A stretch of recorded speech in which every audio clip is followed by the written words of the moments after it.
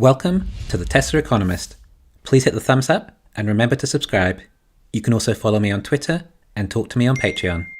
There have recently been talks of Tesla sharing their supercharger network in Europe with BMW, Mercedes, Volkswagen, particularly in Norway, but the supercharger network is solely for Tesla cars currently.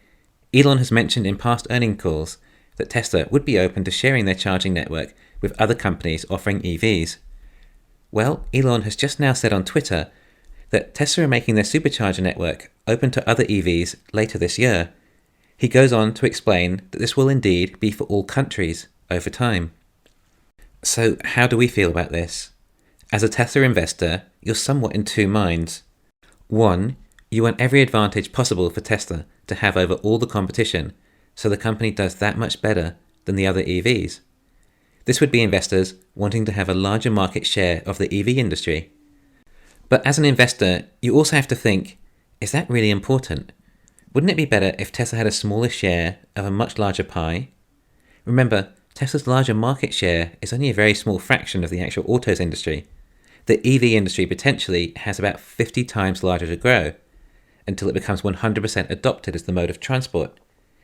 Therefore, perhaps it's also in Tesla's best interest as a company to expand the industry that they lead, even if it potentially reduces their market share. Actually, I think investors may have a little trouble getting their heads around this still. The auto industry is enormous. Tesla barely has 1% of global auto sales yet. In fact, that is probably pretty close to what they are currently. Do you really think Tesla can grow 100 times more to cover the entire market? The market is huge, and it can't all be catered to by Tesla alone. There's plenty of room for competition. But the competition have this huge barrier to entry with lack of decent charging infrastructure. Tesla really dominates when it comes to the charging network and is often mentioned as one of Tesla's major competitive advantages. Opening it up would remove that advantage. So it could be seen as a negative to Tesla, but it ends up growing the EV industry in general and turning more consumers away from ICE cars, and that will in turn increase demand for EVs and Tesla. Anyway, like I was saying, as a Tesla investor, you have a somewhat conflicted view on the future of EVs. Like I said, we want everything that's best for the company, but the other side is what makes us different from the typical Wall Street fat cats, determined to make a profit out of everything. Well, a lot of Tesla investors invest in Tesla, not just for the potential of the company, but we invest in the future that we want to see in the world and for our children. We want a clean future, therefore Tesla is preventing such a future by monopolizing the charging networks. Then that would not fit in line with the future we want. It would also be a contradiction to Tesla's main mission to accelerate the world's transition to sustainable energy. But really, wasn't this going to happen anyway? At least in America, we know what a joke Electrify America is, and that there is no serious fast charging networks available with no mission or feasible business plan other than Tesla's. Tesla's chargers were going to continue to proliferate through new locations at a much faster rate than any other potential company. Eventually, there was always a high possibility that the governments would eventually force Tesla to open up their charging networks anyway. At least this way, Tesla get to choose just how they want to do it, with no antitrust laws forcing it to occur. The current path was not a tidy solution. Imagine if you bought an ICE Ford and could only fill up at Exxon, and then a GM could only use gasoline from Chevron. It would mean that we need so many more gas stations all over the place, just like we would need that many more EV chargers. But actually, what is really happening here might not necessarily mean Tesla run the monopoly of chargers. I think the bigger picture is actually that it will create a universal charging standard. All future EVs and connectors could use the same charging type, just in the same way all gas station nozzles fit within every gas tank. Therefore, it would actually mean that other charging networks and stations that are not Tesla's can also work for EVs too. It makes much more sense. Makes the entire network and infrastructure more efficient and better for the end consumer. But will you be charged more for using a non-Tesla EV with a Tesla charger? Well, obviously if Tesla so choose, they can give any Tesla owner a discount on charging a Tesla charging station compared to charging a Volkswagen. But would that reflect badly on the Tesla brand?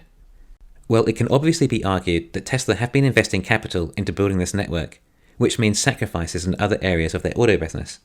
And now these other EV companies don't have to invest in the capital. Back in 2018 on an earnings call, Elon said We've always said that this is not intended to be a walled garden, and we're happy to support other automakers and let them use our supercharger stations.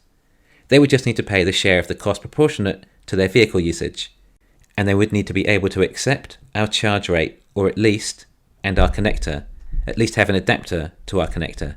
So this is something we're very open to, but so far none of the other car makers have wanted to do this. But it's like, not because of opposition from us, this is not a walled garden. So therefore, perhaps it could be interpreted that there could be a slight premium on a non-Tesla EV to charge at a Tesla charging station as a contribution to the capital expense, in addition to the actual charging rate. The government may, however, have an issue with charging different prices based on different customers. So we shall see. Either way, I would guess that Tesla's prices would still remain competitive to electrify America. It's not just the actual quantity and placement that is good with Tesla chargers, but it's also a superior product, with faster charging speeds soon up to 350 kilowatts and growing. Tesla's charging stations will also likely within time be accompanied by more solar and battery storage. Again, more perfect Tesla products to complement the network. Tesla also have great charging spots, often with amenities while you wait. Wow, what a lifeline the competition are given here, particularly in the US, where charging and long-distance driving is a bigger deal. Now Ford and GM can come up with cars that don't necessarily need as long a range, due to the charging network in place for them. But wait, are they even going to accept this lifeline? Will the legacy autos even acknowledge defeat and accept Tesla's vastly superior charging network? Well, let's think about it. Obviously, if this was the case, then every Ford EV customer would have to download the Tesla app to use it for their charging. Ford's navigation system would require a Tesla charging network plug-in so it can find all the nearest chargers available for the driver. They would all have to admit that they couldn't run a successful EV business without Tesla. Now, some of the other EV startups might not be as stubborn and are happy to accept this gift. Perhaps Lucid and Rivian will, as it's a really big deal for them. They need all the help they can to get there. But for the others, do they want their customers interacting with Tesla apps in their phone and navigation? Oh, and stopping at Tesla stations to charge. Tesla would be the legacy auto's #1 competitor. So would they want to stop all their customers going to Tesla charging stations to charge? Watching all the Tesla's car owners charge their cars whilst they're relaxing watching Netflix, compared to a Ford Marquee owner just killing time on their phone, whilst their car charges at likely a much slower pace. Now, if Biden gets his EV plan to roll out and is aiming for 500,000 fast chargers around the US, if Tesla have opened up their charging network to any auto, then it would make sense for the government to back Tesla's charging stations more than any other. I actually don't understand the bottlenecks to charging stations. They look simple enough to manufacture, and Tesla has a new factory in China capable of making 10,000 a year. 500,000 is a lot more than 10,000. It would take Tesla 50 years for that factory to make enough chargers for Biden. So that clearly won't happen, but perhaps the government may subsidize Tesla to build some more charging stations.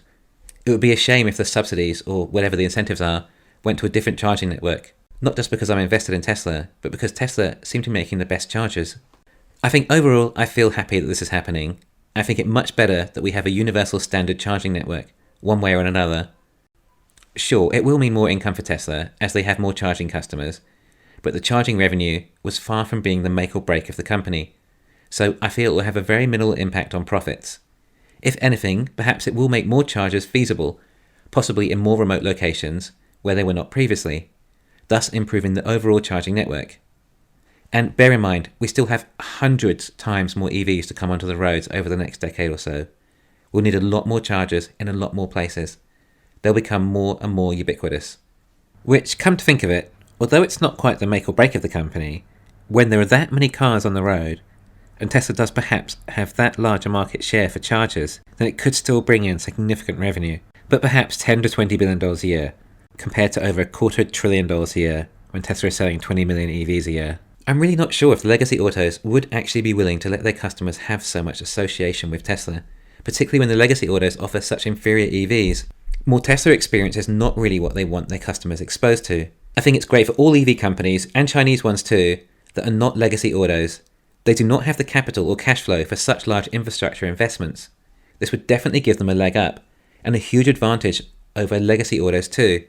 Why does every video I make end up having something about how difficult the future will be for legacy autos?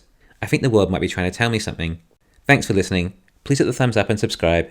You can follow me on Twitter and talk to me on Patreon.